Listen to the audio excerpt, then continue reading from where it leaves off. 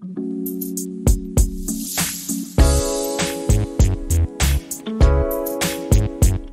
Hi guys, what's up, welcome back to a channel. कुछ दिन पहले मैं Hyundai i20 के ओनर से मिला था। ये i20 भाई उस i20 से भी महंगी है, क्योंकि भाई ये है N लाइन और इसका भाई प्राइस है 14 लाख रुपए। भाई 14 लाख में ओनर ने Hyundai i20 N लाइन ही क्यों ली? तो मिलते हैं इस कार के ओनर से, जो कि है वेदांत भाई। कैसे हो भाई? बस ऑल गुड भाई, आप बताओ। बहुत बढ़िया भाई। भाई i20 N लाइन क्यों? तो बेसिकली जब मैं ये बुक कराने गया था तो उस टाइम पे पोलो डिसकंटिन्यू हो गई थी एंड मेरा मन उस टाइम पे पोलो खरीदने का ही था, तो वो भी कुछ अराउंड 11 लाख या ऐसी कुछ ही आ गई थी। बट अब जब वो डिसकंटिन्यू हो ही गई थी तो मेरे पास कोई और ऑप्शन था नहीं। मेरे को स्विफ्ट नहीं लेनी थी क्योंकि उसमें टर्बोचार्ज इंजन नहीं आ रहा था। उसमें मेरे को मतलब थोड़े बहुत ऐसे फीचर्स जो इसमें मिल रहे थे, मेरे को वो सब भी नहीं मिल रहे थे उसमें। एंड मैं बात करूँ दूसरी कोई गाड़ी ऐसी थी नहीं उस टाइम पे जो एक हैचबैक में टर्बोचार्ज इंजन दे रही थी।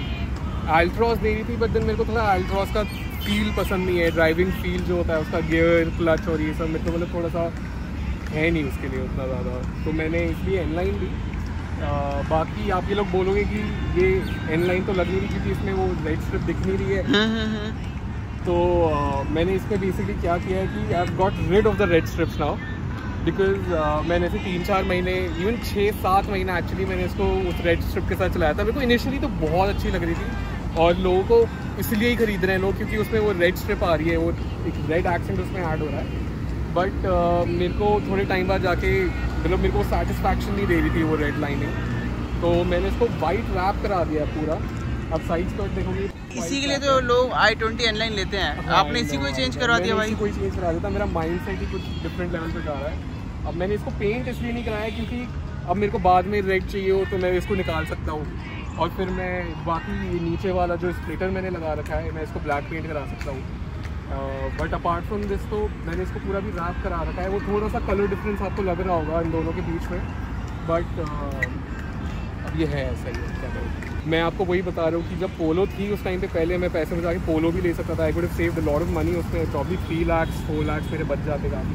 बट अब मेरे को सेकेंड हैंड मार्केट में जर्मन कार्स स्पेशली नहीं लेनी थी, बिकॉज मेरा एक एक्सपीरियंस रह चुका है रिगार्डिंग दिस। मेरे पास इससे पहले एक 1.8 TSI लॉरा भी थी and I have kept that for about 5-6 years and मैंने उसको भी स्टेज टू ट्यून कराया हुआ था और उसको भी मैंने क्या बोलते हैं काफ़ी लोअरिंग वोरिंग करवा रखी थी। उसमें काफ़ी मॉडिफिकेशन करवा रखी थी, जैसे this car is also on lowering spring right now. तो बट उसमें ये प्रॉब्लम बहुत ज़्यादा होता था कि उसके कॉइल पैक्स कभी उड़ जाते थे, तो वही मेरे को काफ़ी मोटा खर्चा दे देते थे। एंड मैंने जब वो खरीदी थी that was around 30,000 kilometres driven, but मतलब मैंने उसको चला ली थी ऑलमोस्ट $1 लाख और समथिंग। बट अच्छा उसके साथ एक्सपीरियंस था regarding performance and all this thing. But उसके बाद जो उसका मेंटेनेंस कॉस्ट था, मैंने उसको मेंटेन भी बहुत अच्छे से करके रखी हुई थी। मैंने उसका engine oil regular time servicing मतलब रेगुलर टाइम पे करा रखा था, इवन बिफोर टाइम करवाता था मैं उसकी सारी सर्विसिंग कॉस्ट। बट खर्चा उसमें इतना ज़्यादा था। एक बार उसका एक्चुएटर उड़ गया था, टर्बोचार्जर का एक्चुएटर जो टर्बोचार्जर को खोलता है बंद करता है बेसिकली, तो उसी का खर्चा मेरे को बहुत ज़्यादा एक्सपेंसिव पड़ गया था। उसके छोटे छोटे पार्ट्स भी, अवेलेबिलिटी की बहुत ज़्यादा इशू थी उसमें, प्लस उसके पार्ट्स भी ज़्यादा मेरे को मिल नहीं रहे थे। पार्ट्स मिल रहे थे तो बहुत एक्सपेंसिव मिल रहे थे, यू नो, मतलब there was a lot of problem in that. भाई मैंने छोड़ दिया वो सब। ये सुनते हैं कि स्कोडा की मेंटेनेंस कॉस्ट हाई होती है, तो भाई वो सही में है? लॉरा की मेंटेनेंस कॉस्ट वो उसमें काफ़ी आई थी। जैसे कि अगर मैं बात करूँ कि उसकी सर्विसिंग कॉस्ट ज़्यादा नहीं थी, दैट वाज अराउंड 12,000। तो मैं कंपनी से भी नहीं कराता था उसको सर्विस, मैं बाहर से ही कराता था। स्पीड स्पोर्ट करके एक है, वहाँ से मैंने उसको सर्विस करवाता था। बट अपार्ट फ्रॉम दैट उसकी जो पार्ट्स हैं, पार्ट्स की अवेलेबिलिटी का बहुत मेजर इशू था और पार्ट्स के क्या बोलते हैं प्राइसिंग का भी बहुत इशू था। तो प्राइसिंग बहुत हाई थी उसके पार्ट्स की। तो मैं अगर उसके एक बोल्ट चेंज कराने जाऊँ और वो चेंज करा के मैं उसको फिट भी कराऊँ, उसके एक normal bolt, that used to cost around 5-6,000 rupees alone. भाई कितने की ली थी आपने लॉरा और कितने टाइम चलाया? मैंने लॉरा खरीदी थी, सेकेंड हैंड लॉरा खरीदी थी। मैंने वो खरीदी 4 लाख की एंड देन मैंने उसको चलाया अबाउट 5 ईयर्स। मैंने खरीदी थी वो 30,000 किलोमीटर्स पे। So that was a mint car, कहीं स्क्रैचेस नहीं थे, कोई डेंट नहीं था, एकदम हेल्दी इंजन था। फिर मैंने उसको स्टेज 2 ट्यून किया और मैंने उसमें थोड़े ज़्यादा पावर गेन्स दिए, मैंने लोअर करवाया उसको, तो काफ़ी कुछ किया मैंने उसके साथ। बट वही था कि मतलब उसका बाद में जाके आगे जाके जब वो चल गई थी 80,000 किलोमीटर, तो फिर उसके खर्चे बहुत ज़्यादा होने लग गए थे। उसके पार्ट्स जब उड़ने लग गए थे, छोटे मोटे पार्ट्स, जब वो वेयर एंड टेयर होती हैं सारे पार्ट्स जैसे, तो उसमें मेरे को काफ़ी मेजर इशू आया था। एक टाइम के बाद तो डेफिनेटली हो ही जाती है मेंटेनेंस कॉस्ट में। फिर उसके इंजेक्टर साफ़ करवाओ आगे जाके, जैसे ही मतलब फ्यूल पेट्रोल फिल्टर्स और ये सब काफ़ी ज़्यादा मतलब ये फ्रीक्वेंट खर्चे हो ही गए थे। मेरे तो कॉइल पैक्स के फ्रीक्वेंट खर्चे हो गए थे। दैट वाज अबाउट 1 महीने में मेरा एक कॉइल पैक तो उड़ता रहा। और वो कितने का आता था भाई? वो दैट वाज अराउंड यार 15,000 रुपीज़। 15,000 का हर मंथ भाई? हर मंथ ऑलमोस्ट का खर्चा तो सेट था। मेरे को ऐसे सोता था रात को, ऑनेस्टली ऐसे डर लगता था कल स्टार्ट होगी नहीं होगी ये गाड़ी। वो एक तरीके से मतलब गाड़ी मैंने पूरे फुल अमाउंट में खरीदी थी, बट वो एक तरीके से EMI पे जैसे खरीदी थी वो, कि मतलब मेरे को इतने पैसे तो इस महीने लगाने ही लगाने हैं। और कोई खर्चा आ जाए तो और पैसे बढ़ जाते भाई? तो और पैसे बढ़ जाते। Actuator that was around 40,000 rupees. वो ऐसे 40,000 भाई? 40,000, 30,000, 15,000 ऐसे जाए रहे। तो मैंने उसके अबव मैंने ऑलमोस्ट 3-3.5 लाख रुपए का खर्चा तो ऑलमोस्ट कर ही दिया था उसके ऊपर। मैंने 3 लाख भाई खर्च दिया आपने उसके ऊपर? तो खर्च ही दिया। और कितना टाइम चलाया था आपने? मैंने ऑलमोस्ट 4-5 ईयर्स उसको चलाया। 5 ईयर्स में आपने 4 लाख की ली और 3 to 4 लाख लगा ही दिए? थे उसमें मैंने, यस।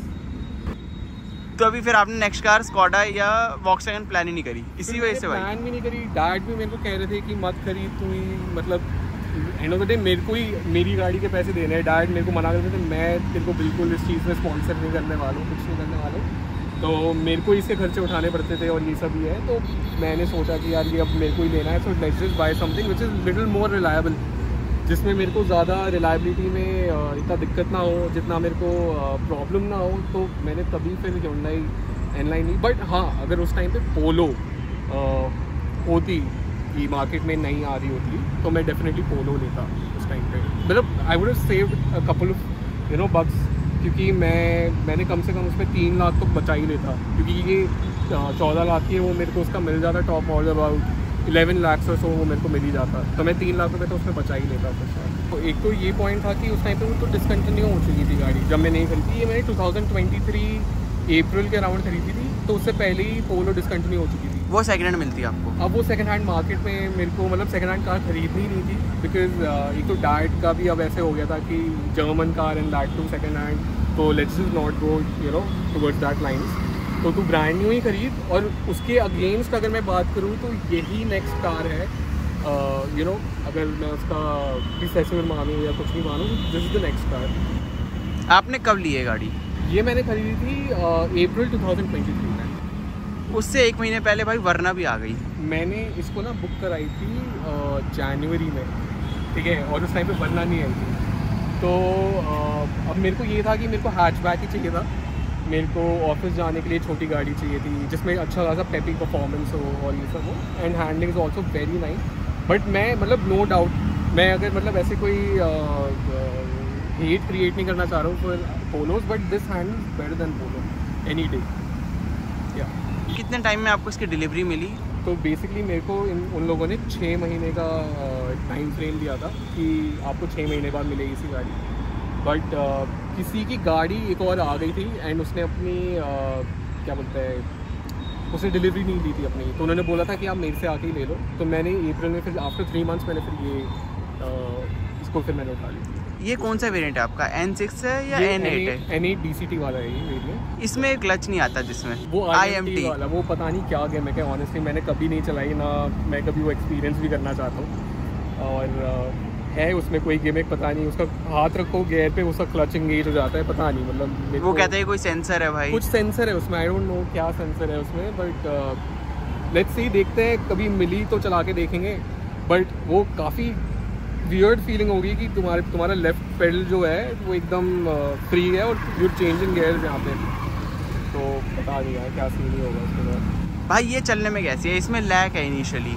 तो बेसिकली DCT जो भी डुअल क्लच ट्रांसमिशन होते हैं उसका इनिशियल लैग तो सब में ही होता है। अब वो उन्होंने सेफ्टी रीजंस की वजह से इसलिए रख रखा है सो दैट भी जो उसका गियर बॉक्स है ना वो हीट ना होए। और इसकी जितनी भी मैकेनिज्म है गेयर बॉक्स में वो हीट होने के बाद उसका वेयर एंड टेयर ज़्यादा बढ़ जाता है। एंड जब एक बार वो उड़ गया तो फिर आपको पता है 2-2.5 लाख रुपये तो कहीं नहीं गए उसके ऊपर। तो मैंने इसको जितनी अच्छे से जितनी अच्छी बेटर मेंटेनेंस है मैं इसको ड्रैग नहीं करता हूँ कहीं भी। अगर मैंने कभी भगाई भी है तो मैंने इसको मैनुअल मोड पे या तो सेकंड, थर्ड, फोर्थ ऐसे करके ही भगाई है। बट कभी मैंने इसको मतलब इतना एक्सट्रीम लेवल पे इसको इंजन स्ट्रेसिंग नहीं दी है कि मैं उस रेड एक्सेंट से ना थोड़ा सा बोर हो गया था। अब मैं भी थोड़ा सा ऑनेस्टली बताऊँ तो I am a very indecisive kind of a guy, ठीक है। तो अब जब ये सारे रेड टचेस वचेस जब आ गए थे तो मतलब मेरे को थोड़ी सी गाड़ी ना इधर उधर से देखने में ना थोड़ी सी ऑड लग रही थी। I don't know why, personally मेरे को बस ऑड लग रही थी। फिर उसके बाद मैंने सोचा कि मैं ना वाइट कलर पूरा होल वाइट एक्सेंट देता हूँ इसको। और मैंने ना पोल भी डाला था अपने इंस्टाग्राम के पेज पे, जो मेरे कार का इंस्टाग्राम पेज है उसमें मैंने पोल भी डाला था करना चाहिए नहीं करना चाहिए। सब ने मना किया था, मेरे को पोल नेगेटिव में आया था उसका, ठीक है। बट स्टिल मैंने सोचा नहीं, लेट्स जस्ट ट्राई कैसी होती है। रैप ही कर रहे हैं, मतलब उतार दूंगा रैप अगर कल को पसंद नहीं आया तो। मैंने उस रीज़न की वजह से कभी ट्राई किया था। तो पर्सनली मेरे को और मेरे फ्रेंड्स को तो एक्सट्रीमली ज़्यादा मतलब उनको तो बहुत पसंद आ रही है। मैंने इसमें लेंसो प्रोजेक्ट डी के अलॉयज़ गुडवाए हैं। RO5 सीरीज़ है, ये रेसिंग सीरीज़ है basically. So these are very light weight alloys. ये मेरे स्टॉक अलॉय से ऑलमोस्ट 1.5 किलो हल्का है। मेरा जो स्टॉक अलॉय है दैट इज़ अराउंड 8 किलोज़ का एक अलॉय है। वो एन लाइन का भाई, एन लाइन का स्टॉक अलॉय जो था दैट वाज 8 किलोज़। और जो ये वाला अलॉय है ये मेरा है 6.5 किलोज़ का एक अलॉय है। 6.5 भाई, 6.5 किलो, वेरी लाइट वेट, ठीक है। अब इससे क्या होता है, मेरे को इनिशियल काफ़ी अच्छा मिल जाता है। लाइट वेट व्हील्स हैं मेरा, क्या बोलते हैं, व्हील का वेट काफ़ी ज़्यादा इस वजह से कम हो गया है। तो इंजन ज़्यादा पावर जनरेट नहीं करता सिर्फ इसको पावर देने के लिए। तो अब क्या करता है, वो कम पावर में ज़्यादा पावर जनरेट कर पाता है, सो दैट ये व्हील ज़्यादा तेज़ दौड़ता है। प्लस भाई आपने कोई टायर सेक्शन भी अपग्रेड कराया है? हाँ, मैंने इस पर टायर सेक्शन अपग्रेड कराया और मैंने इसका प्रोफाइल थोड़ा सा डिक्रीज़ कराया है। तो पहले क्या था मेरे पास, इसमें जो स्टॉक अलॉय था वो 195 55 16 था। अब इसमें मैंने 205 50 R16 अपग्रेड कराया। तो 50 इसका जो प्रोफाइल हो गया वो मैंने थोड़ा कम कर दिया है, और 205 अगर तो विड्थ वो थोड़ा ज़्यादा हो गया है। तो मेरे को ग्रिप भी ज़्यादा मिल रही है। आगे मैंने इस पर मिशलिन के tyre PS4 Michelin pilot sport 4 डलवाया है, और पीछे मैंने योकोहामा अर्थवन का टायर डलवाया है।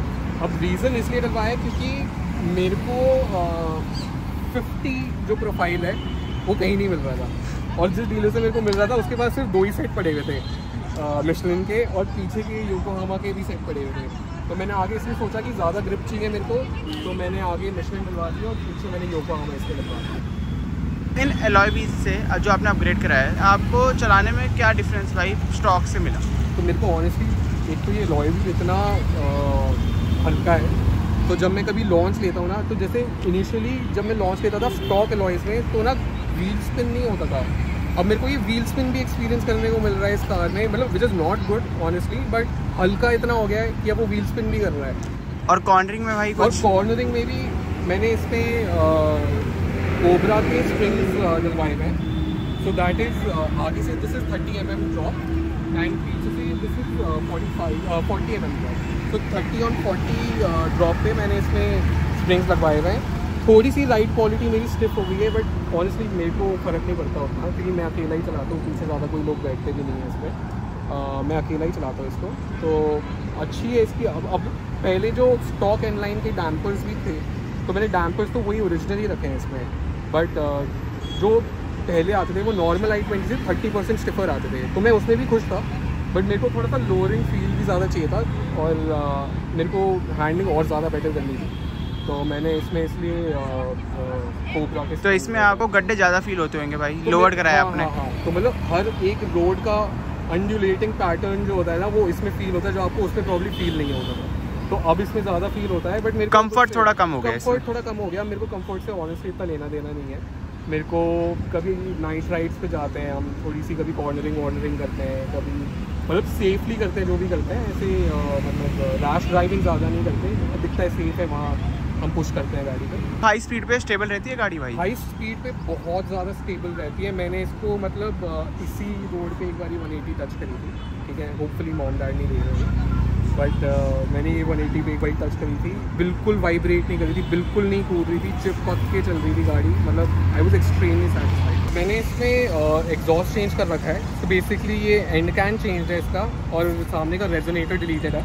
अभी दोनों कैट्स पे रन कर रही है car, but that's only for the next week. मैंने अपना डाउन पाइप ऑर्डर कर दिया है। तो ये बेसिकली ये वाला जो वेरेक्स का एग्जॉस्ट है, ये ऑस्ट्रेलियन ब्रांड है एक्सफोर्स वेरेक्स का, ये वेल्वेट्रॉनिक एग्जॉस्ट है।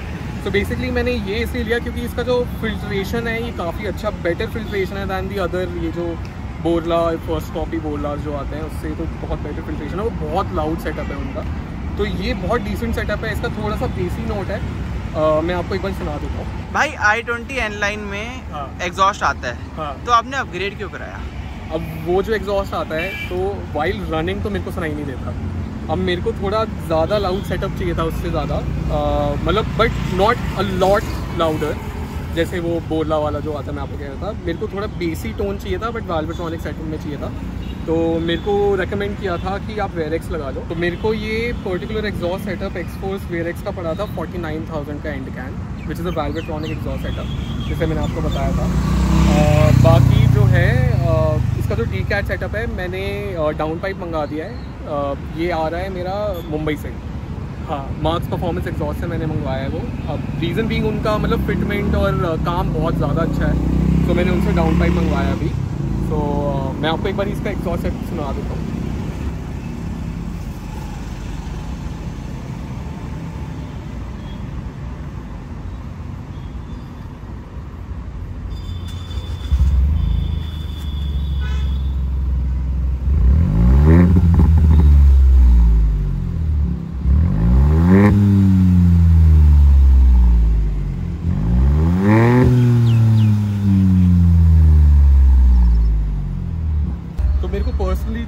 टच है ना, मेरे को वही ज़्यादा पसंद आता है एग्जॉस्ट में। मेरे को ट्रेबल नोट जो होता है मेरे को एग्जॉस्ट में ना, वो बिल्कुल पसंद नहीं है ऑनेस्टली।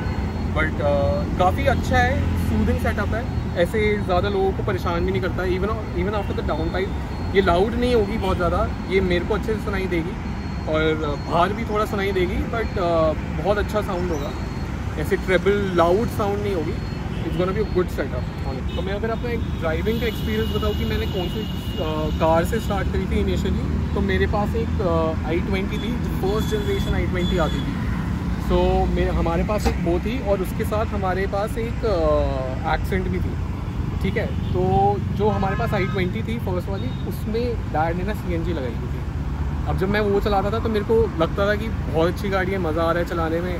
फिर मैंने बिल्कुल भी एक्सपीरियंस नहीं लिया था एक्सेंट का, तो डैड मेरे को देते नहीं थे। तो एक दिन मैंने छुपके से मतलब घर से एक्सेंट भी निकाली, तो एक्सेंट चलाने के बाद ना सिर्फ दिमाग ख़राब हो गया मेरा। मतलब ये तो बहुत ही अलग है, दिस इज़ वेरी डिफरेंट। मतलब the power was very different, the delivery was very different, the handling was very different, और इतनी लो स्नॉक कार थी वो, मतलब स्लैम्ड कार थी वो भी काफ़ी ज़्यादा। तो मैं फिर वही चलाने लग गया था। ड्राइव फोर्समेंट आई कि मेरे को प्लीज़ वही चलाने दो, मैं i20 नहीं चला रहा हूँ। फिर आफ्टर i20 हमने बेच दी थी। फिर i20 बेचने के बाद हमने खरीदी थी फोर्ड इको स्पोर्ट। फिर जब मैंने फोर्ड इको स्पोर्ट जो 1.5 डीजल वेरिएंट था, वो वाली है हमारे पास, तो जब मैंने वो चलाया तो मेरे दिमाग में ना सिर्फ डीजल आ गया था कि इसका पंच, इसका टॉर्क, ये कुछ अलग ही चीज़ है।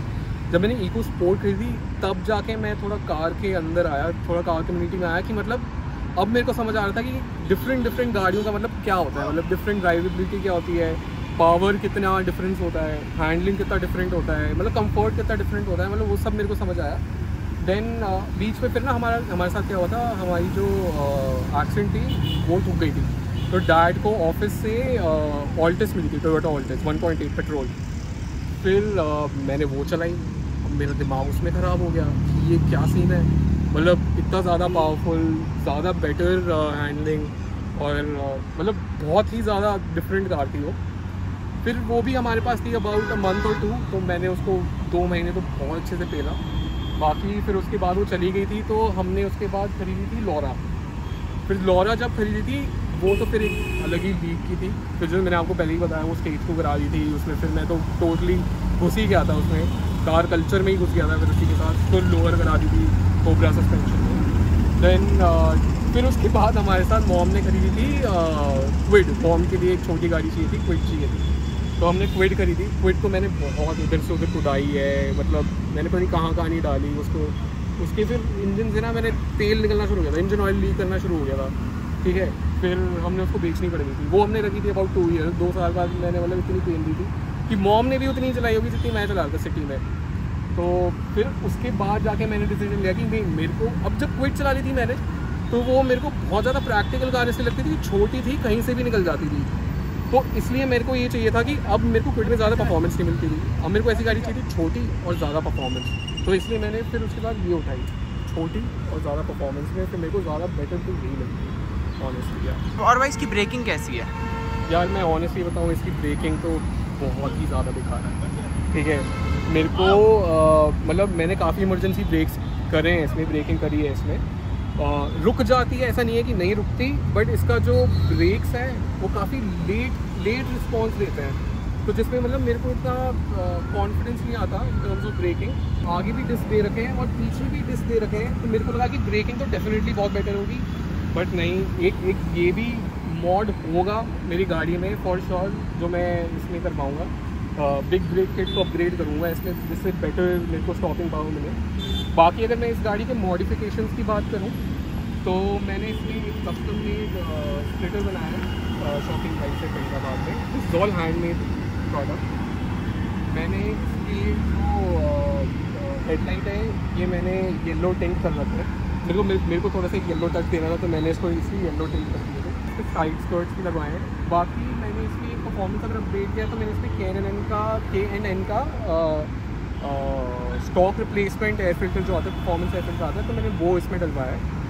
बाकी जब वो डीकैट हो जाएगा तो इसमें मेरे को ऑलमोस्ट अबाउट मतलब 7 to 8 bhp का गेन मिल जाएगा लोन। तो मैंने इंटीरियर में आज सच कोई अपग्रेड नहीं किया है। तो ब्लैक इंटीरियर आता है भाई इसमें? हाँ, इसमें ऑल ब्लैक इंटीरियर आता है। मेरे को इसमें कुछ ऐड करने की ज़रूरत भी नहीं पड़ी, क्योंकि यही इतना ब्यूटीफुल है और इतना ज़्यादा स्पोर्टी फील देता है कि मेरे को कुछ और ऐड करने की ज़रूरत ही नहीं पड़ी इसमें। हाँ, आगे जाके मैं प्रॉब्ली कार्डी के इसमें एम्बिएंट लाइट्स लगा दूँगा, जो स्ट्रिप लाइट्स आती हैं इसमें, वो लगा दूँगा। बाकी मैंने इंटीरियर में अपग्रेड और म्यूजिक सिस्टम में अपग्रेड एक पायनियर का TS20 ट्विटर्स अपग्रेड किए हैं, so these are called as super tweeters. तो मेरे को जैसे बेस का बहुत ज़्यादा शौक नहीं है, मेरे को मिड्स का और मेरे को थोड़ा वोकल्स का ज़्यादा शौक है। तो इसमें ऑलरेडी जैसे बोस ने एम्पलीफायर वो दे रखा है, पीछे वूफर दे रखा है, तो मैंने इसलिए ज़्यादा अपग्रेड नहीं मारा है इसके वूफर वगैरह में या इसकी बोस सिस्टम में। मैंने इसलिए बस थोड़ा सा ज़्यादा वोकल्स एडअप करने के लिए मैंने इसमें TS20 एडअप करा है। भाई इसकी एवरेज क्या आ रही? अभी रियलिस्टिकली एवरेज जो मिल रही है मैंने मतलब दिल्ली में चलाने के बाद, तो मेरे को 12.7 मिल रही है ऑन AC। वेदांत भाई, आप किसी को रिकमेंड करोगे Hyundai i20 N लाइन, अगर किसी का बजट 14 लाख है? सो बेसिकली मैंने तो ये गाड़ी अपने पर्पज़ के लिए ली थी। सो मैं ऑफिस जाता हूँ इसमें डेली, तो मेरे को कोई इशू नहीं होता। तो मतलब anybody who is going to office, अकेले ऑफिस जा रहे हैं, probably young guy who is going to office, he can definitely buy this car. उसको इसमें मतलब अच्छा परफॉर्मेंस भी मिलेगा, he'll get good comfort, he's getting good infotainment system also, अच्छी स्क्रीन है इसमें। बाकी बोस का सराउंड सिस्टम है इसमें, सराउंड सिस्टम कह रहा हूँ मतलब नॉर्मल जो स्पीकर्स हैं उसके सिस्टम जो है इसमें। सो मतलब this is a good package. आपको सनरूफ मिल रहा है, मैं पर्सनली इतना सनरूफ यूज़ नहीं करता हूँ, ना मैं इतना बोलता हूँ, बट जिसको फ़र्क पड़ता है उस चीज़ से, उसके लिए काफ़ी बेनिफिट रहता है कि सनरूफ अच्छा मिल रहा है इसमें। बाकी तो इसका स्पोर्टी फील तो है ही डेफिनेटली, मतलब विच विल रिकमेंड मतलब I would recommend the young people to go for this car. मेरी तरफ से तो please go ahead, get this.